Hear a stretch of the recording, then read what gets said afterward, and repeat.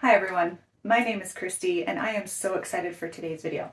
Today I am going to show you how to change the oil in your Premier oil pump for the Harvest Right freeze dryer. Now things got a little bit crazy for the last few months, so we took a long bit of a break from the freeze dryer. So it's been a while since we've used it. But before we kind of took that break, the oil was at its point where it really needed to be changed. And I was not able to change it for a while or put my focus into the freeze dryer. So it's just kind of all been sitting for a couple of months here. So we're ready to get the oil changed and to move on with doing more freeze drying with our freeze dryer because it's just so awesome. I absolutely love this machine. So I'm really excited to get this done so that we can continue on with our freeze drying. So there's some really important things that we need to go over and be aware of. If you watch my previous videos, you know that I follow the manual. So I am going to have this here handy and we are going to use that as our guideline for this process today. Now, one thing I want to point out before you change the oil on your pump is it really is best to do this right after you've run a load in your freeze dryer. The reason for that is because the pump will be warm and therefore the oil will be warm. And it'll actually clean out the oil better. All the gunk and all the crud and all of that will come out better. The oil will be thinner instead of so thick when it's cold, and it'll just get everything out better. I am not going to run mine before I actually change the oil because it's cloudy. It's already at its time frame of number of batches. It's about 25 batches or so. And I just don't want to risk ruining the pump. So I'm just going to go ahead and do it when it's cold. Now the manual does say you can go ahead and run the pump for 1 minute to warm it up, but I just need to do some more research on that. So I'm not sure exactly if you have any insight or information on that specific thing about running the pump for 1 minute like it says in the manual.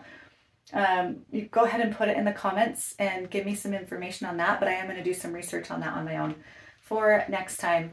But for this time, I'm just going to go ahead and get the oil out and get it filtered and put new oil in.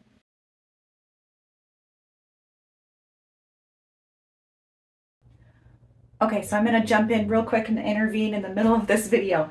But this is the day after that I filtered the oil, and there was one part of the process that was really bothering me, and that was running the pump for 1 minute before I changed the oil.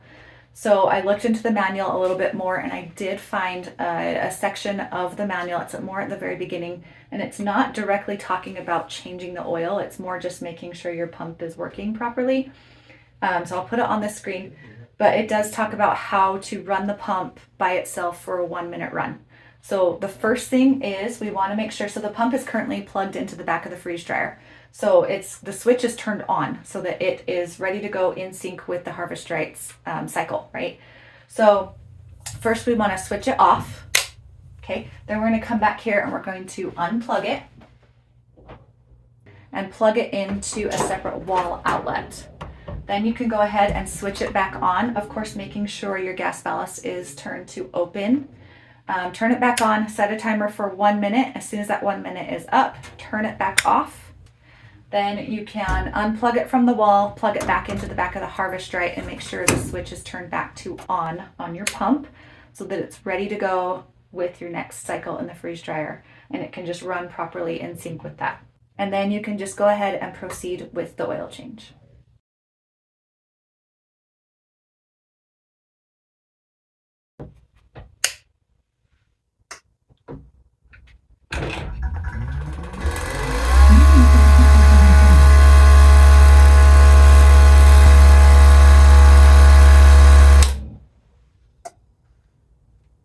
So I hope that helps, and we'll get right back to the video.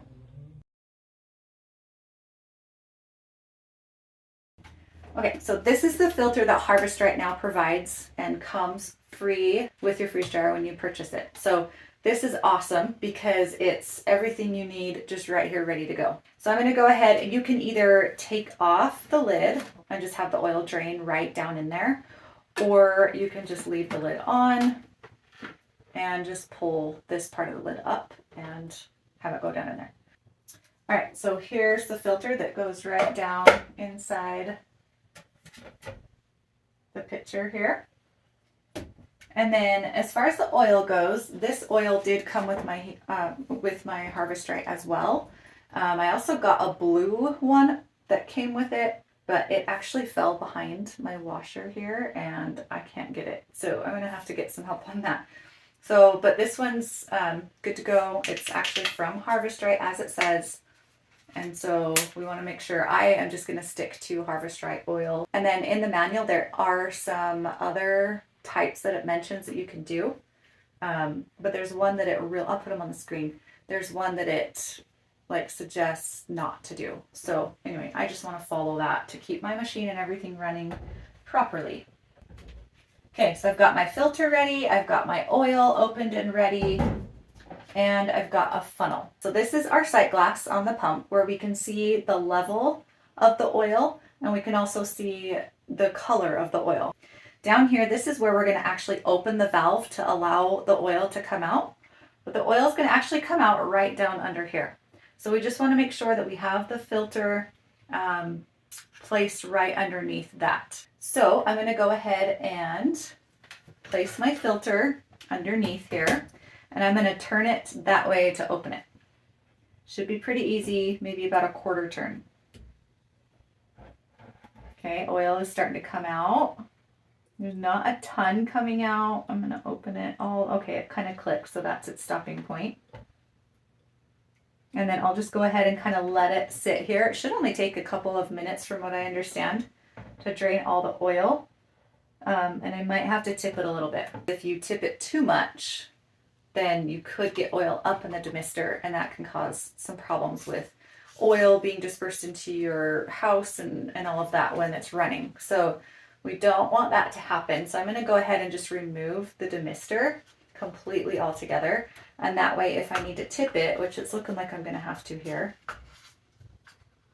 then we won't have to worry about getting oil up into the demister. So this is top heavy for sure, because of its design. So I like to just provide extra support here as I take it off. And then I'm just going to kind of set it aside here. And here comes the oil a lot better. And we can watch the level. It is dropping pretty good. So I'm just going to go ahead and let that drain for a couple of minutes.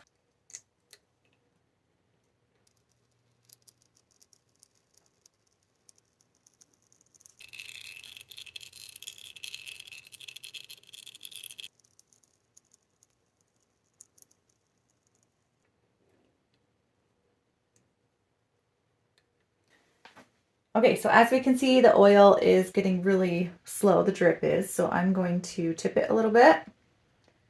I don't have that demister on the top right now, so I can go ahead and just tip it, making sure that it shouldn't come out the top here. So I'm just going to tip it.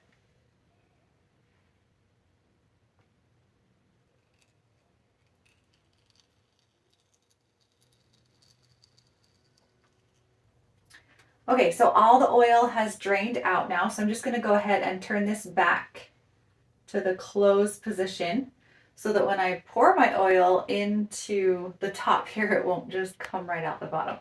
That was like one of the biggest things I felt like I was going to forget to do was close the valve.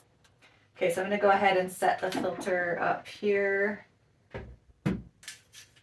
and put the lid on. Okay, and then what I'm going to do is go ahead and put the funnel into the top where the oil goes. And I'm going to go ahead and pour some fresh oil in. Now for this part, if you watched my first video setting this up, you remember that the oil just all of a sudden rose really fast, okay? So it takes it a minute to start rising. So I'm going to pour some in and then I'm just going to wait and let it rise because I don't want to overfill it. So I'm just going to start pouring. Oh, this is so clear. So clear. I love it. Clear, clean, and fresh.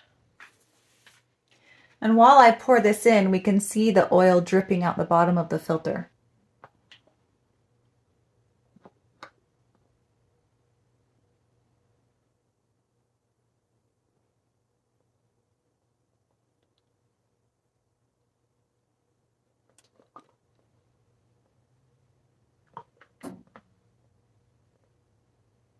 Okay, there, it's starting to rise.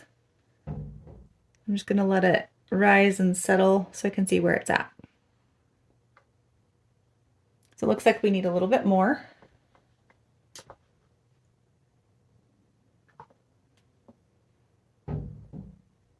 The good thing is if you do overfill it past that middle mark there, you can really just put the filter back under here and drain more out and just kind of mess with it that way. But I think if it stays right where it's at, I think we're sitting pretty good.